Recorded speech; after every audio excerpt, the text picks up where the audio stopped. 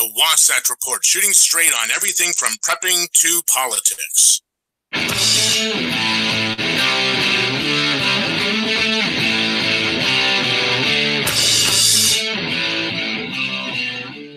Well, hello, everybody, and welcome to the Wasatch Report. I'm Suzanne Sherman. I'll be your host for the next hour here on the Cerberus Radio Network, where we defend liberty and freedom from the flames of tyranny. Today is Wednesday, February 27th, year of our Lord 2019. Jeff Johnson is running the controls here in our virtual studio. He'll be weighing in and participating in a little while. Got a lot to talk about today. I've been very ambitious. I've got about half a day's worth of topics to cover in one short hour. We'll see what we can get done here. I'm going to be revisiting Utah's civil asset forfeiture laws. Last Thursday on our show, I discussed the Supreme Court ruling on that matter. And last night, we had a special show, I believe Monday night. Today's Wednesday, so that was 2 nights ago. Dave Benner, my good friend and historian and author, joined me, and we revisited that issue as well. If you missed that show, you can find it on SoundCloud as well as YouTube. We discussed on Case in Point, the Supreme Court decision, McCulloch versus Maryland, case out of 1819, which still has significant impact on us today. If you're at all interested in why that is, give that show a listen. And then we had a special episode again of the Wasatch Report, where we discussed a chapter in his book, Compact of the Republic, the legacy of Alexander Hamilton and Supreme Court Justice John Marshall. And you might not think that two figures from so long ago would have such an impact on today's, I'm going to say, problems, but they did. So check that episode out and see what you think about it. And I encourage you to purchase his book. So we're going to go into a little bit of civil asset forfeiture law that's being proposed to be revised in Utah a little bit. I have a couple articles on social media I want to get into, and then we're going to get into some more gun control. We had an armed robbery out in our stomping grounds. Jeff, it was right near where you and I had gone to a few places when you were out here for PrepperCon last year.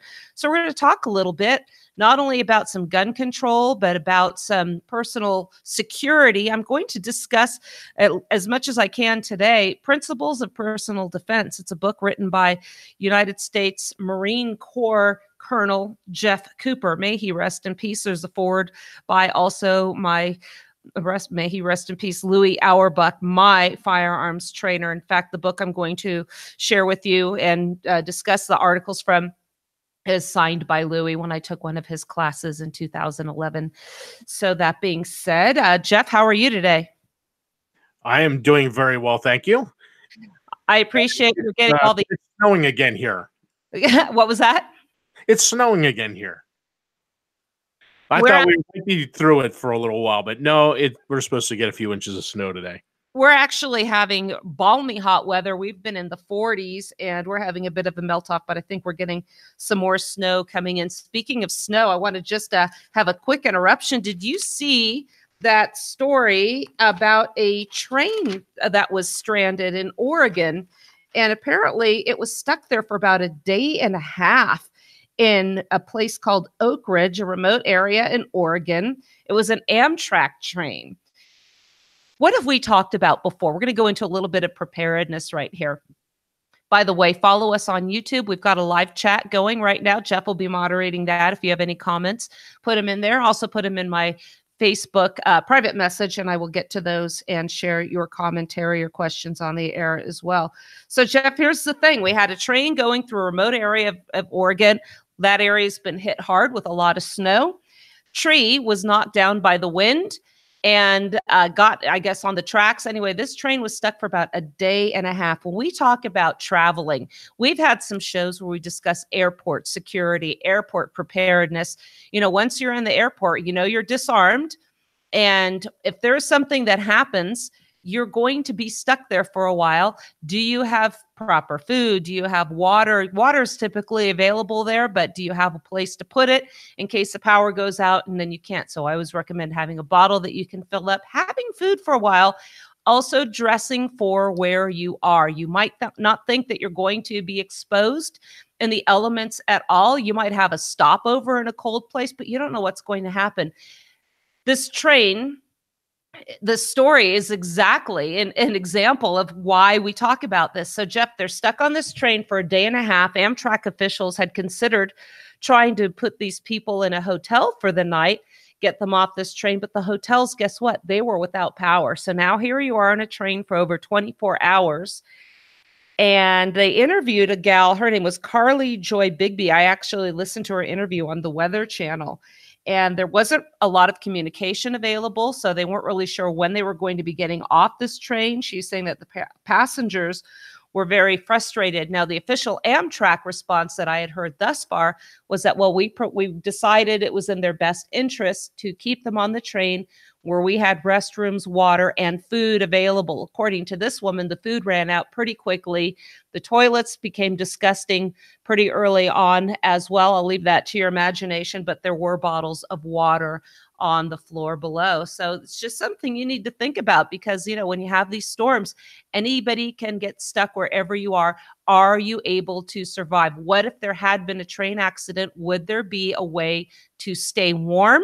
If the structural integrity was compromised and you were otherwise uninjured, could you stay warm? Could you survive? Often it seemed what I heard in this story here was that people that were prepared were sharing, she said, granola bars with those who ran out of food.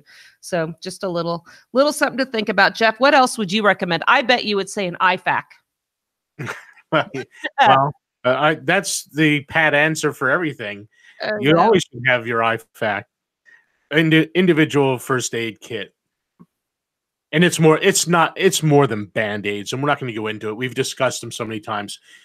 Look it up. It's a military thing. You're going to have a tourniquet and other things that are life-saving. Again, like you said, if this train had derailed, there may be serious injury, serious trauma, where a tourniquet and trauma dressings are going to be very, very necessary. So, yep. Anyway, I just wanted to throw that in. We've discussed that at length on numerous occasions before. Last Thursday, I discussed the Supreme Court weighing in on civil asset forfeiture. We shared our thoughts on incorporation. Again, Dave Benner shared that with us as well when he was with me Monday night. Our good friend Mike Meharry from the 10th Amendment Center actually did an article. It was published February 19th, and this was about Utah and how our state assembly is passing a bill that's going to revise civil asset forfeiture laws. Here, I want to just share that really quickly. What he says is the Utah Senate unanimously passed a bill that would reform the state's asset forfeiture laws and make it more difficult for state and local police to participate in a program that allows them to circumvent tighter asset forfeiture laws by passing cases off to the feds. We've talked about this. They do this by what we call an equitable sharing program. I don't see anything equitable about that. But getting back to the article, Representative Todd Wheeler, a Republican, introduced SB 109 on the 30th of January. And this would make several positive changes to Utah's asset forfeiture process and clarify some ambiguities in the current law.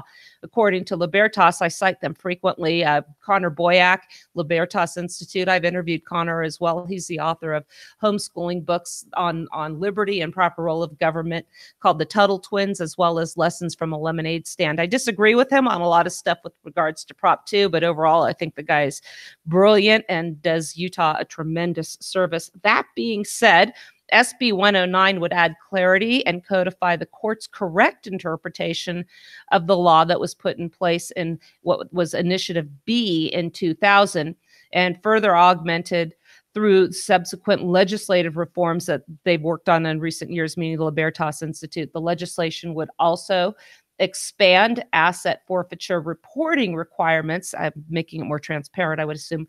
Prohibit an agency that violates forfeiture reporting requirements to receive a grant from the forfeiture fund during the following fiscal year, and prohibit any requirement that law enforcement agencies conduct a forfeiture as a condition of receiving a grant from the forfeiture fund. See, this is what I've been complaining about. First of all, it's a blatant violation of due process. The second thing is we have a financial incentive to continue this violation of due process. So the Senate passed this by 25-0. The final passage would also make it more difficult to take advantage of a loophole that allows state and local police to get around more strict state asset forfeiture laws. This is particularly important in light of a policy directive issued in July by then Attorney General Jeff Sessions. In my opinion, absolutely horrible pick by Donald Trump. The federal loophole, again, we were discussing this before the show, Jeff. Where is the constitutional authority for this program? As we say time and time again, there are 3 crimes with which the general government was authorized to deal with: piracy on the high seas, counterfeiting, and treason. Here we go. Equitable sharing allows prosecutors to bypass more stringent state asset forfeiture laws by passing cases off to the federal government through a process known as adoption. The DOJ directive reiterates full support for the equitable sharing program, directs federal law enforcement agencies to aggressively utilize it, and sets the stage to expand it in the future. You know, this is just an example of the states, this is my commentary now, cutting their own throats when it comes to any form of sovereignty, independence, or the respect to their local constituents. It is very profitable to ignore the rights, disregard the rights of your constituents so you can get a piece of that federal pie. A few years ago, going back to the article, California faced this situation. The state has some of the strongest state-level restrictions on civil asset forfeiture in the country, but state and local police were circumventing this process by passing cases to the feds. According to a report by the Institute for Justice, Policing for Profit, California ranked as the worst offender of all states in the country between 2011 and 13. In other words, California law enforcement was passing off a lot of cases to the feds, collecting the loot. The state closed that loophole in 2016. Current Utah law prohibits prosecutors or seizing agencies from directly or indirectly transferring property held for forfeiture not already named in a criminal indictment to any federal agency or any government entity not created under and subject to state law without a court order. A judge cannot issue such an order unless we have 3 requirements met. First, the conduct giving rise to the investigation or seizure is interstate in nature and is sufficiently complex to justify the transfer. You know, I can't stand this thing when they bring in federal intervention because it somehow crosses state lines. You still assume that the states cannot work together to come up with some sort of a solution here. We got to have the feds.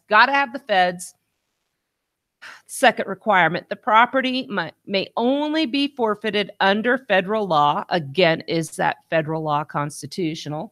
The third one, pursuing forfeiture under state law would unreasonably burden a prosecuting attorney or state law enforcement agency. We see this all the time. Well, the states are incapable of handling this situation, like migratory birds. So therefore, the feds have to come in and take over here. This is again, we're going to find expediency, convenient matters that are too complex for these idiots in the states. Because apparently, Jeff, did you know this, that we get the federal employees from a different segment of the population to handle these? They're raised in this special environment. They're fed like a royal jelly, making them wiser and smarter than the minions in the state government, which is why we should be so grateful for their handling this matter that we're deemed incompetent. What say you?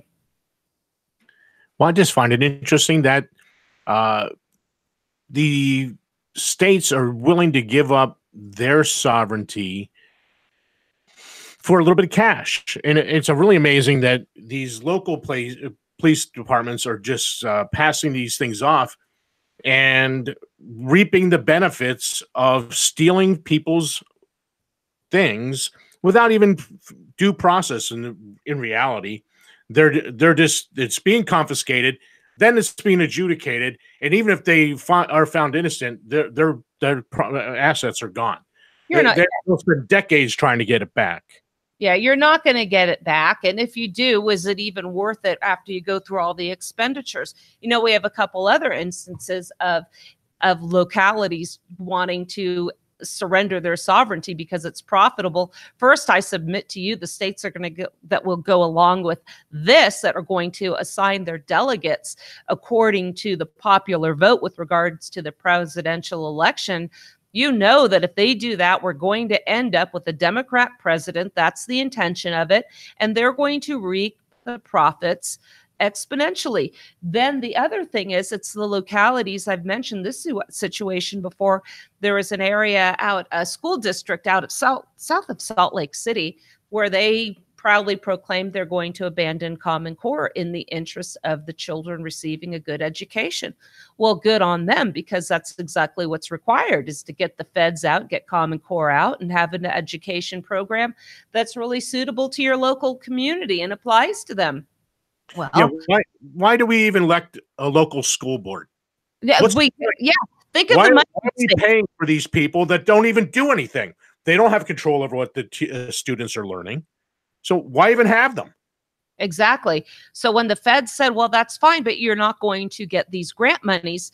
Well, back up the truck. Well, you know, in the interest of the children's education, we need this money because we want what's best for the kids. But the whole premise of getting out was because you wanted what's best for the kids. Well, what changed? The money. Follow the money. Let me get back to this article because I don't want to spend too much time on here. As the 10th Amendment Center previously reported, the federal government inserted itself into civil asset forfeiture debate in California. They clearly want the policy to continue. And Mike Meharry asks why, and he says we can only guess, but perhaps the feds recognize paying state and local government agencies directly in cash for handling their enforcement would reveal their weakness. After all, the federal government would find it nearly impossible to prosecute its unconstitutional war on drugs without state and local assistance. Asset forfeiture, equitable sharing, they always take something really awful and call it something nice. Equitable sharing provides a pipeline that the feds use to incentivize the state and local police to serve as de facto arms of the federal government by funneling billions of dollars into their budget. Now, here's a really good example of the difference between de facto and de jure. De facto happens because it just happens as a matter of occurrence and practicality. De jure, on the other hand, is something that arises as a result of some sort of judicial, legal, voting, other process. And as you'll remember, the Supreme Court has weighed in on what they call commandeering, meaning the feds cannot forcefully utilize state resources to enforce their policies. So fine, we're not going to do that. We'll just make it financially beneficial for them to do that very same thing. And see, everybody's happy. Everybody except us serfs. So what's next? At the end of the article, he says SB 109 will now move to the House for further consideration. It was referred to the House Rules Committee, where it must be passed by majority vote before receiving a standing committee assignment. My take on this is I think civil asset forfeiture is awful. It is repugnant to principles of a free society. And unfortunately, conservatives, for whatever that means, alike also support it because we need it as an instrument to fight crime. Conservatives sure don't like it, though, when it comes to the red flag laws. Oh, no, we don't like anything like that. Well, that's pretty much what the ERPOs are, the Emergency Protective Order, EPROs are. So, you know, we got to be consistent here. If you don't want the guns confiscated, we got to be, you know, protective of the rights of everybody here. Do you think that's a fair assessment of that, Jeff? I think so. I can't really add anything more to that. Couple quick articles I want to share. I don't like to get into the whole social media thing, but, you know, we've been talking about this a while about shadow banning. I'm in, you know, again, Facebook correctional facility for a comment that was 8 years old. And I don't understand I'm trying to figure out who these people are, because, you know, you get this notice that says you recently posted something, and then they share it, and then it says 8 years. So it actually says it. So whoever's making these decisions has to know how old these comments are, and the intent is really to silence those that are disagreeing with them. In fact, here's something that I'm seeing, because we understand Facebook, the argument Facebook is a private entity. I argue that it's not. We've had Junk Bond on here who's talked about how the creation is absolutely inextricably linked to the United States government. We talked about Google's links with the United States government. We talked about the movie, The Creepy Line. But here's an article from Blood Red. Connection with the Chinese government and how they're using the social media there to quell even Christians. Yes, being this whole thing with social credits, and what we're seeing there is going to come here. And here's a quick article I'm going to get into. That Facebook defends Muslim Sharia law censorship and champions blasphemy laws. I actually had the comment that got me in there is, again, I mentioned I was living in California, and we had an Islam community cultural center that was being built right around on my street on the corner, and the community officials in the county were voting to approve the permits, even though they were in direct contravention to zoning ordinances that were 30 years old. In fact, one guy, when he voted for it, said, "I wanted to go out on a high note." Well, you violated the laws, but you just wanted to feel good about yourself. But here, this article here says that having been in one of the early targets of social media censorship on Facebook and YouTube, this guy has for quite some time advocated for antitrust action against these bullying behemoths. You know, to me, more government authority, more government crackdown is not the answer. He wrote an article about this in the American Thinker, but here's what they're saying here. Facebook defends Muslim Sharia law censorship and champions blasphemy laws. This was an article by Judith Bergman. Aside from these well-publicized incidents, I beg your pardon, affecting a number of high public profile Facebook users, less known social media users are getting censored and banned all the time. We call these, somehow we're violating community standards. I have never been able to see a list of what these community standards are. They told me that my comment that said, and again, the goal of Islam is to dominate other cultures. It's in their philosophy. I want to refer you to a gentleman I've interviewed before, Bill Warner, PhD. He's a mathematician who actually uses mathematical statistics and analysis in interpreting the Quran and the other books of Islam. A very interesting guy, and I'll refer you to his organization, the International Center for the Study of Political Islam. So anything I had said is backed absolutely by facts, but again, the truth is considered a violation of Facebook's community standards, and also known as hate speech. So, you know, this is, I think, the biggest challenge we're facing here, Jeff, is I see, you know, when I can't promote these shows now, and when you put them up and tag me in them, the reach is just going nowhere. I'm really at a loss as to how to move this thing along. I'm grateful for everybody that's listening. But here's an article again by Blood Red Patriots. When did social media become a prison? Social media is in the dock, and it seems like the charges are serious. People from Washington to Salt Lake to dinner tables across the nation, pardon the N-word, Americans are feverishly debating the future of our new social fora. As I've said here, we're just absolutely drowning in this swamp of political correctness, and anything you say is going to be brought up years later. I'm glad, Jeff, that I am not a youth right now that could have something that they say or did that's logged into social media and some cloud forever to be used against them. You know, we have this toxic political correctness they mentioned in here, toxic feminism, toxic everything. And essentially this article is saying that Facebook and these social media have really taken the humanity and civility out of our conversations here. And I was wondering, who are these people that are just arbitrarily going through and finding, again, not posts, but comments, and deleting these accounts. You know, Junk Bond had said there's an algorithm, and if you are a certain demographic, certain words and discussions are acceptable. I was attacked, I think, in July by somebody who did not like my stance on hunting, and she wrote something particularly vile, and I shared what she said, and I put it in quotations. I got a Facebook ban, but she did not.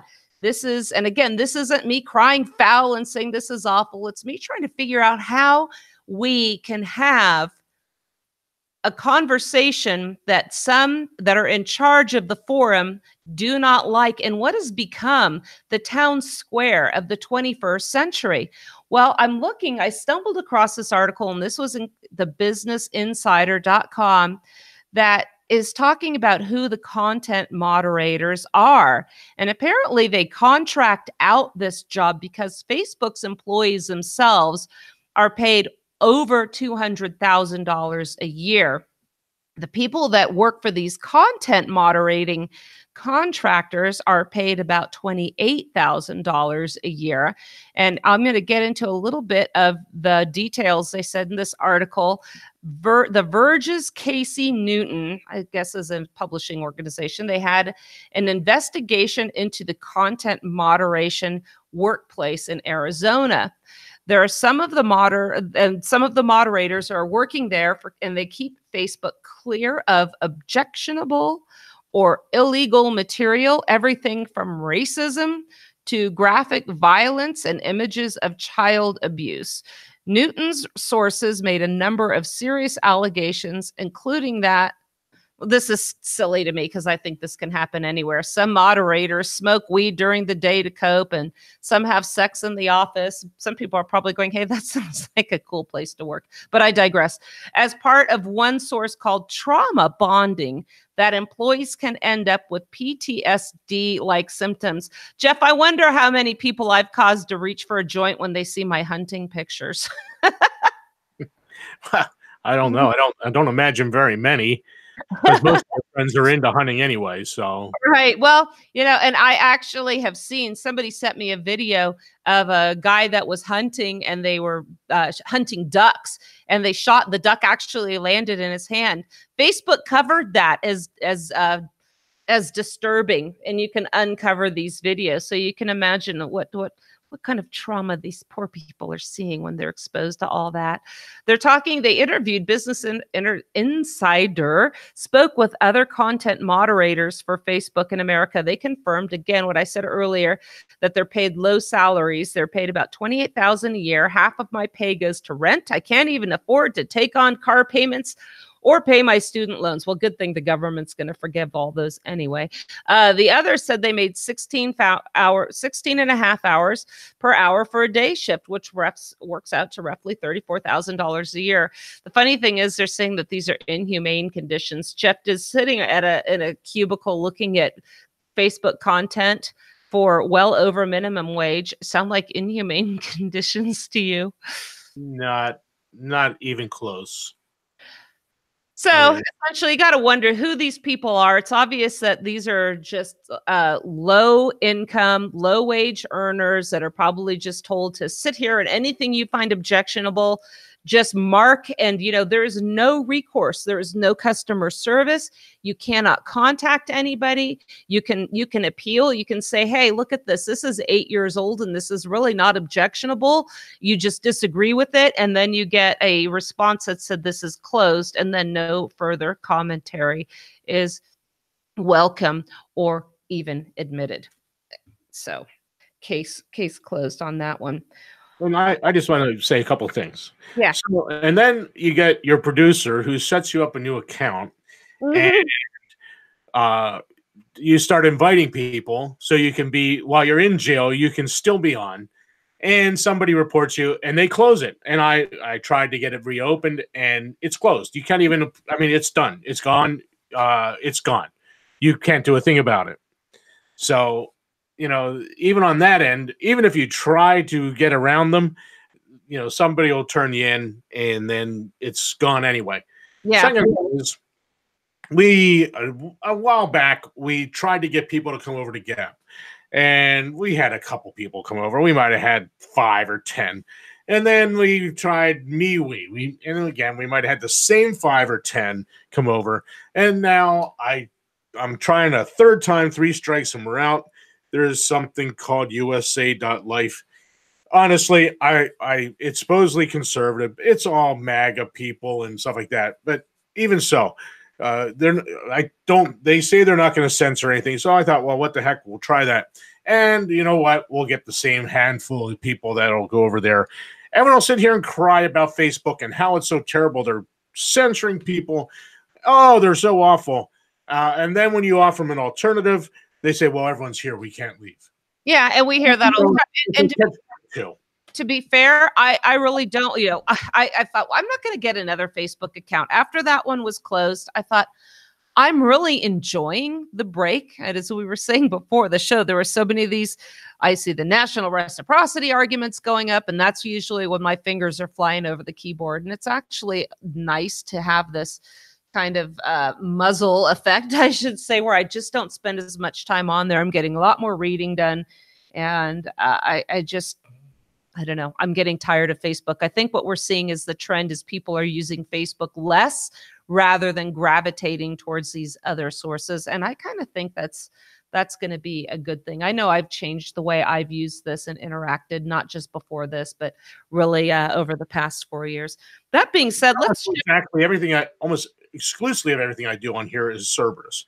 I do nothing that's mine. The only thing about all I post now on my timeline is funny things. The farther side is, I guess it's the far side, and it's a renewed far side. So I post a lot of cartoons and stuff. I just post humorous things as much as I can. For the most part, this is all about Cerberus on Facebook. I don't really care I don't tell people where I'm going. I don't tell them when I'm going to the bathroom. I don't take selfies of me washing dishes or whatever. It's just ridiculous. Yeah. Well, you'll remember that area in Kimball Junction where we were hanging out when you were here for PrepperCon in last spring. There was an armed robbery at the Wells Fargo. Now, we see a lot of times banks that are close to freeways are very vulnerable for these armed robberies because the folks can get in and out of there before law enforcement can get there. Well, there was one at Wells Fargo, Kimball Junction. So the gym where I go to, we were talking about that because that's in the same area.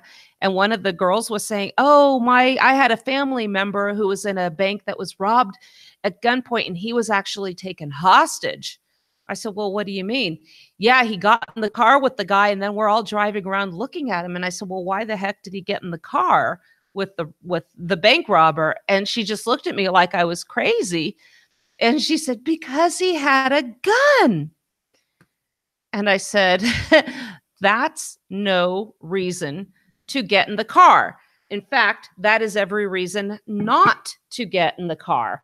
And, people just have this mindset that if somebody has a gun, you must do whatever they say. Jeff, do you think that they're more vulnerable when they get in the car or when they're out there in the public realm? Yes, you're facing somebody with a gun, but your chances are far worse if you capitulate. I want to refer you to an article that I discussed a while back, and I discussed this also with the author, Larry Mudgett, of Marksmanship Matters on our other show. And this is a fantastic article. In fact, I had read this when it first came out, I don't know, maybe 8 years ago. And it's called Why Surrender is Never an Option. And again, I'm going to just review the 4 phases of surrender, and then I'm going to get into Jeff Cooper's book. We probably won't get through all the 7 principles of defense, but we'll continue on the next show. But just as a review, here are the phases of surrender. The first phase is failing to be armed, trained, and committed to fight. We are prepared to surrender when we are unprepared to resist. That sums up exactly the mentality of the gals I was talking to over at the fitness center, and I did my best to educate them. The second phase is failing to be alert, You must see trouble coming in order to have time to respond. You know, Jeff, there's another bank that I went to. It was a U.S. bank out in Salt Lake City, coincidentally, right near the freeway interchange. And we had done our banking there several times. And then another time when I show up, there's plexiglass everywhere now in front of the tellers. And I said, whoa, when did this come up? Oh, we had an armed robbery here last month. And there were windows all over the front of the bank. And they said, we knew it was coming. We saw them coming up through the windows and there was nothing we could do. You know, they alerted the police. Even though they saw the perpetrators coming in ahead of time, the police still couldn't get there in time to stop the crime. They were there in time to take the report. So be alert. You must see trouble coming. As for the people in this bank, they were unarmed. So they were phases 1 and 2. The third phase is giving up your weapons. Well, some people don't even have them and they're already out of the game in the first phase. The last phase, and this is where this guy, he was 4 out of 4. The one that was taken hostage is, if the last phase of surrender is up to what Larry says is the monsters who have taken control of your life and perhaps the lives of your loved ones. The last phase of surrender is out of your hands. At this point, your life, your survival is up to those who have already proven themselves to be evil. They are not the people that you should be trusting. You know, I keep going back to this case that happened in Connecticut where 2 home invaders came in to a home, family, husband was home, the wife was home, 2 beautiful daughters. Wife and one of the daughters taken to an ATM, got money, came back. The daughters and the wife were still murdered. They were brutalized. No fight in this guy. And it turned out, Jeff, the guns weren't even real. Eric Holder wanted people to be brainwashed about guns. Not only are we brainwashed about what we should be doing with guns, who should be allowed to have them, but we are so terrified of them. And what I tried to tell these gals is if somebody has a gun, the last thing you do is capitulate and get in a vehicle. If you are in a public place, you make a big stink. You try to knock that out of their hands if you're close enough, or you run if they're not within reach and duck and move. The odds are they're going to miss. First, you have to wonder, is the gun real? Wasn't even real in Connecticut in that case. Is it loaded? Do they know how to use it? Are they going to hit you with it? If they do, what are the odds that it's not a fatal wound? Weigh those risks versus getting in the car and going into a vehicle with an armed criminal. I wouldn't go, Jeff. What would you do? I wouldn't go either. I was looking for the numbers, but I just can't find them that quick. Excuse me. So I had a cough. In reality, most handgun fights, there are a number of rounds fired and very, very few hit the target in a gunfight with the pistols. And I just can't find it. It looks like by the FBI data, it could be as low as 9.3% of the time in handguns that there's actually people hit with them. So a lot of the time, so if you're worried because he has a gun, if you get in that car and you're less than 3 feet, that number balloons up to near 100%. Yep. You're outside the car moving and running and making it difficult for them to hit you, the likelihood of getting hit is below 10%. So where would you rather take your chance, at near 100% or at near below 10%? Don't ever give up. Run, do whatever you got to do. Just get away. Yep. And, you know, I try to instill this, but if this is a concept that's foreign to you, look up this article. Jeff, maybe we can post it. Marksmanship Matters, Why Surrender is Never an Option. In addition to explaining what these 4 phases of surrender are, they talk about the consequences of surrendering during a war, death by government, surrendering to criminals, and you have, here's the last part, resist. You have a duty to resist, and then there are some stories about people who have refused to surrender. But here's what he says: we have a duty to ourselves, our loved ones, our neighbors, our community, our city, our state, in our country to resist criminals. Reasoning with a thug who believes that his failures are because of people like you is not going to be helpful. Pleading with the terrorist who has been taught from birth that his salvation depends on murdering people like you is a doomed plan. Always resist. The gun may not be real. We talked about that case in Connecticut. I highly encourage you to read this article. I also highly encourage you to get this book called Principles of Personal Defense. It's a short little booklet written by Mr. 9/11 himself, the premier expert in defensive weaponry, in my opinion, and the opinion of many others, Jeff Cooper, Colonel Jeff Cooper of the United States Marine Corps. My instructor, Louis Auerbach, worked with him at Gunsight for over 30 years. Larry and Stacy Mudgett from Marksmanship Matters, whose article I was just discussing, by the way, also worked with Louis for about 30 years. In the introduction here, Colonel Cooper says that we are at the peril of physical assault wherever we go, and this exists everywhere at all times. The police can protect you from it only occasionally. What have we discussed recently, Jeff? The Supreme Court had ruled that local police are under no legal obligation to protect anyone individually. So we have to understand, if we come across evil, and it is everywhere, how are we going to deal with it? We have a right to self-defense, and some people do not choose to use that. And he says this booklet is not for them. This book is for those who feel that anyone who chooses to physically attack another human being does so at his peril. I love that. What also Jeff Cooper says, and it's not right here in front of me, but to paraphrase him, is he tries to educate people that criminals are not afraid of the police. They're not afraid of the justice system. They're not afraid of the judge or the jury.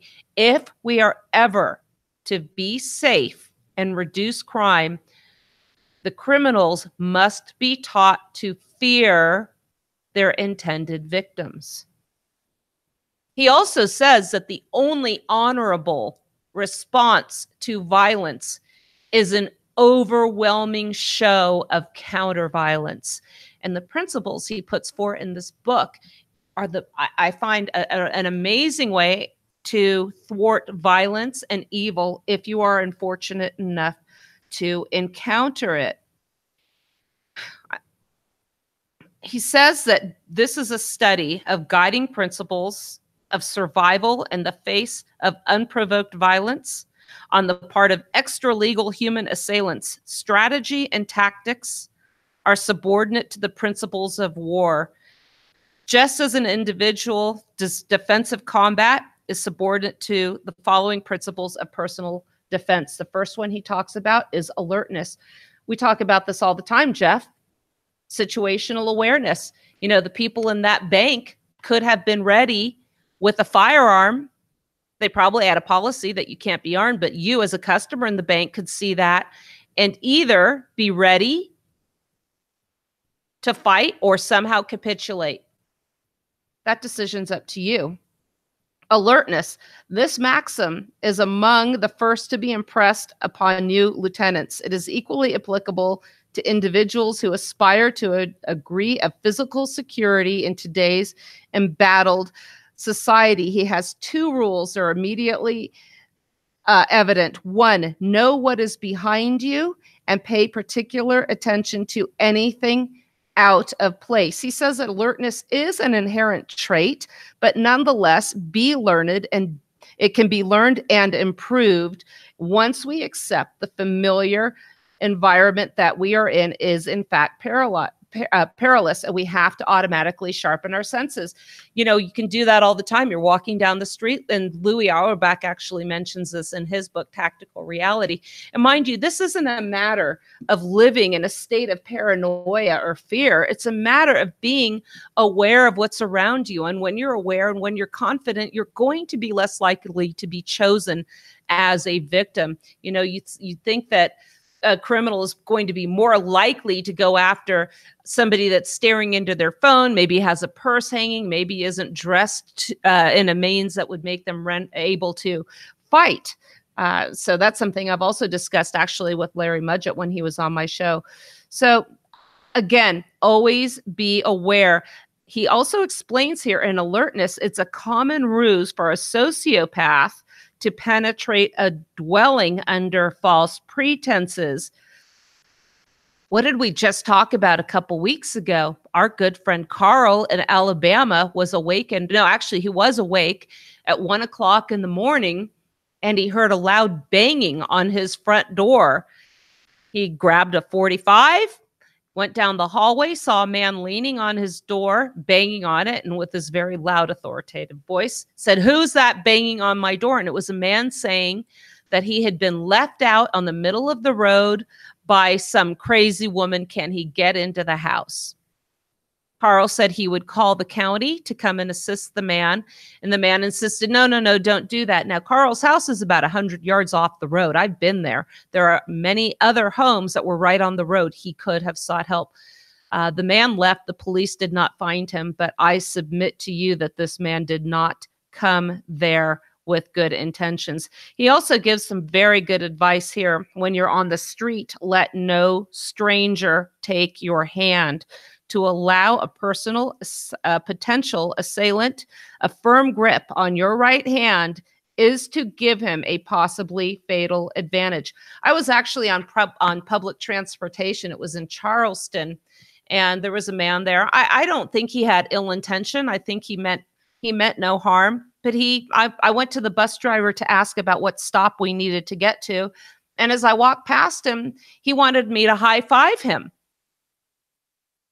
And I said, no, I'm sorry. And he was very offended that I would not. But this was the reason. You'd never, ever let somebody get close enough to grab one of your hands. And a lot of people were high-fiving him. Maybe they did it because they were just friendlier than I was. Maybe they did it because they were afraid to be considered racist by refusing to do so. My sole motivation was my personal security. I'm holding a purse in one hand. Why would I free up my other hand, possibly to have it taken control of by somebody who might have ill design? Jeff, do you think that was a wise choice? Oh, absolutely. I agree with Colonel Cooper on this too. Just don't. There's in law enforcement, you have your personal space. You don't want anyone inside that personal bubble, if you will, around you. It's for your own safety. Just maintain some separation from people. Don't allow people inside your safety zone. Yeah, especially handing them your hand. I mean, I get approached on the street by people wanting to have me sign petitions or something, or strangers wanting to shake your hand. No, no. So let me move on to the second principle, decisiveness. I love these pictures too. There's some illustrations here. So on the first illustration for alertness, it is a deer in the forest watching a hunter. I tell people, don't be ashamed to consider somebody a threat because of social justice propaganda. If there's anything out that seems out of place or dangerous, and he gives some examples here, a group of young men approaching you, it doesn't matter what color they are. If something seems a threat, don't discount the threat because you fear reprisal in the court of public opinion, where the judge, jury, and executioner are a bunch of social justice warriors. Your obligation is to yourself and your family, as I mentioned also in the Surrender is Not an Option article by Larry Mudgett. So here, decisiveness. It is difficult, Colonel Cooper says, for a domesticated man, I think he means pajama boys, but they didn't have pajama boy at that time, to change in an instant into one who can take a quick and decisive action to meet a violent emergency. Decisiveness, like alertness, is to some extent built in, but like alertness, it can be accentuated. When it becomes evident that you are faced with a violent physical assault, your life depends upon your selecting a correct course of action and carrying it through, and this is important, without hesitation. or deviation. This is why it's so important to have plans and go through these scenarios ahead of time.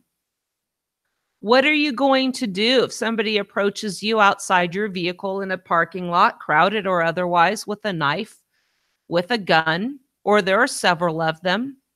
Are there places you can avoid? You know, there was just a tragic incident. We talked about this. I believe she was a nurse and was it Minnesota, Jeff, where she was beaten to death in a garage at 1 o'clock in the morning coming off her shift. Don't go. Don't remember the location of it. I know we did talk about that story. And it was so sad. She was even confronted by this person ahead of time. And you know what? Don't be afraid of being called a racist. If somebody that makes you feel uncomfortable, you're in a garage at 1 o'clock in the morning, somebody could, approaches you, just go back to where you came from. In fact, don't go down there alone ahead of time. This is where you should have somebody go with you. Her life could have been saved just by thinking a little bit more tactically, defensively, with that survival mindset, because you never know when you're going to need to use that as a resource. They say that conditions can be ascertained in the blink of an eye. When you are under attack, it is necessary to evaluate the situation and decide instantly on a course of action. So think about your options ahead of time. Always have a plan. If you have to go to a parking structure, think about what kind of cars are parked around you. Who else is there? Is anybody following you? Again, this is something, a way you can think that doesn't have to, become paranoia. It's just something that you can, don't you do this yourself? Do you sit in a restaurant with your back to the door, Jeff?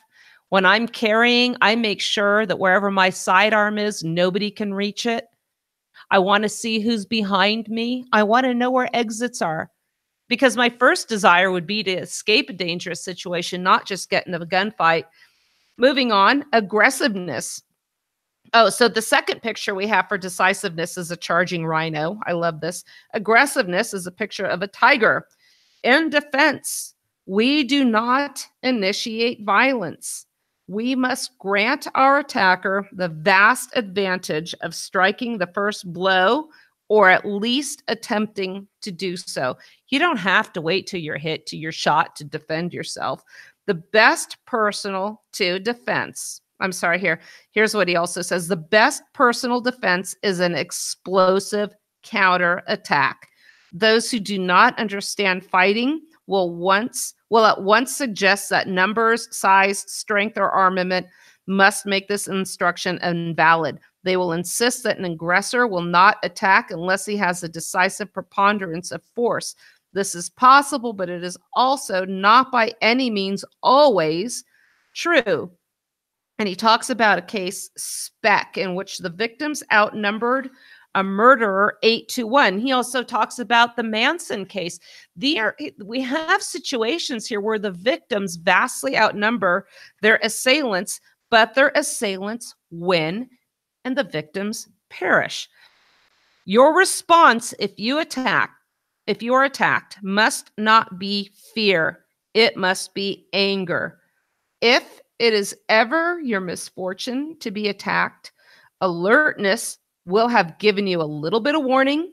Decisiveness will have given you a proper course to pursue. And if that course is to counterattack, carry it out with everything you've got. Be indignant, be angry, be aggressive. They're not expecting that, Jeff. I think they're really expecting the reaction that I told you about in the conversation at the gym. Why did he get in the car? Well, because he had a gun. Yeah, well, I was reticent to talk about this article that we talked about off air between us. See, I have to cough again. This cold, dry air. Anyway, the article went on to discuss how we train. And a lot of our listeners are probably firearms holders, and they go to the range and shoot. A lot of them probably use just bullseye targets, and so they can measure how their groups are, et cetera, et cetera.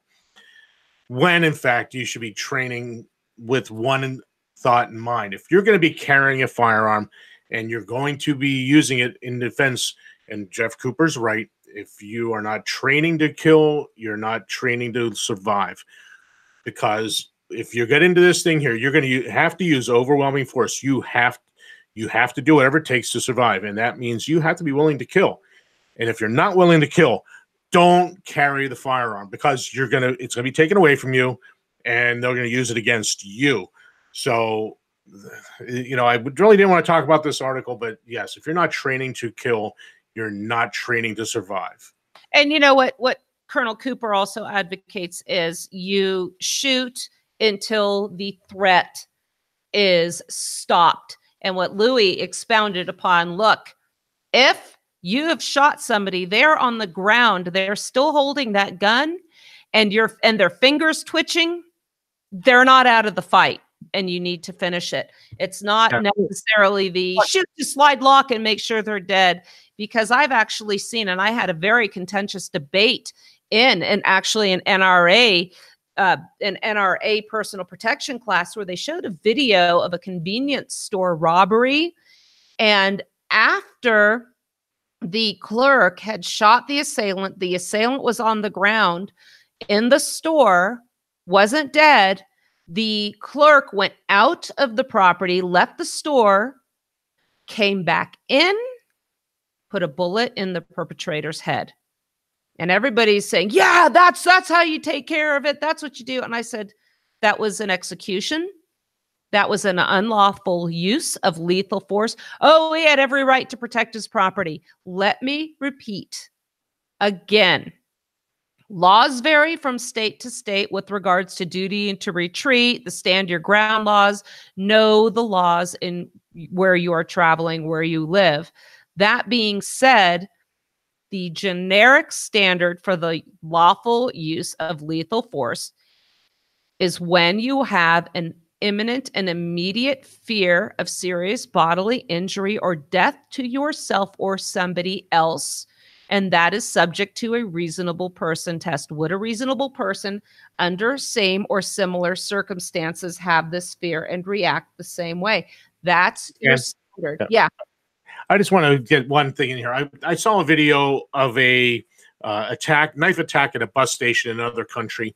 A armed citizen shot the perpetrator. The perpetrator went down, and then the guy was still ready. He had his firearm out. The guy grabbed the knife and got back up. He shot him again, and he went down. This happened like 3 or 4 times, if I remember the video right. So you got to keep. If you're not going to keep shooting until they're down, well, he did. He shot till he's down. The guy got back up. He shot again. But here's the thing: once you've drawn that firearm, you got to be very, very. You don't want to put it away until the police are there. Almost. That's the last thing you want to do. We have like 2.5 minutes. Sorry, I just wanted to get that one thing in there. Yes, principle 4. We may be able to wrap this up. Principle 4 is speed. So once you've been situationally aware, again, you will have some sort of notice that something's about to happen. Once you are under attack, you must be decisive, you must be aggressive, and you must act quickly. Here's a picture of a falcon flying through the air. Speed is an absolute essence of any form of combat. You cannot afford to play by sporting rules. Be fast, not fair. The perfect fight is one that is over before the loser really understands what is going on. The perfect defense is a counterattack that succeeds before the assailant discovers he has bitten off more than he can chew. Be sudden, be quick. Speed is your salvation. Coolness. You must keep your head. This is why it is so important to train. When it comes time to defend yourself, this must be second nature. You must have had your plans already decided in your mind. Again, you're not going to question whether or not this person threatening the life of you and your loved ones should be shot or handled however you need to handle it. You have to be calm and think. Self-control is one thing a sociopath does not possess. use your self-control to his undoing.